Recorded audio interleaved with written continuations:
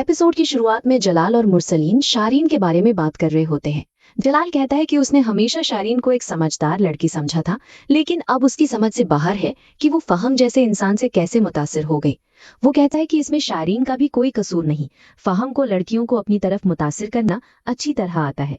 जलाल परेशान होकर कहता है कि वो मुरसलीन को सब कुछ बता चुका है, लेकिन अब समझ नहीं आ रहा कि क्या करे।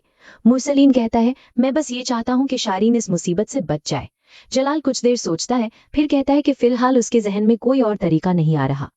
जलाल फिर मशवरा देता है कि शारीन फहम से साफ कह दे कि अगर वो वाकई सीरियस है तो चुप चुप कर मिलने के बजाय सीधा अपने घर वालों को रिश्ता भेजने के लिए कहे।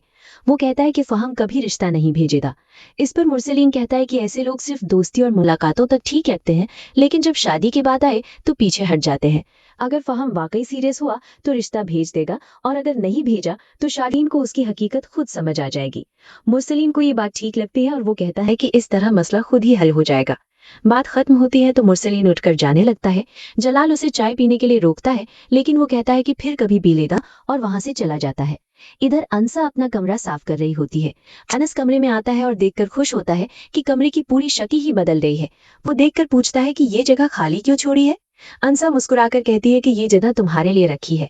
फिर वो कहती है कि यहाँ हम अपने अम्मी अब्बू की तस्वीरें लगाएंगे और तुम्हारे स्कूल और कॉलेज के मेडल्स और ट्रॉफीज सब इसी जगह सजा देंगे। कुछ देर बाद अंसा अनस को बताती है कि शारीन कमरे में आई थी। वो बताती है कि शारीन कह रही थी कि दादा जान ने कभी उसके लिए अनस का रिश्ता सोचा था और अनस ने ही दादा को इस बात के लिए कहा था। अनस पूछता है कि इसके अलावा और कुछ तो नहीं कहा। अंसा बताती है कि बस इतनी ही बात हुई थी।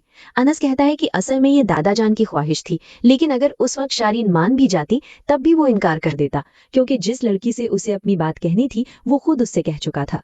अंसा हैरानी से पूछती है कि किससे, लेकिन अनस उस बात को आगे नहीं बढ़ाता।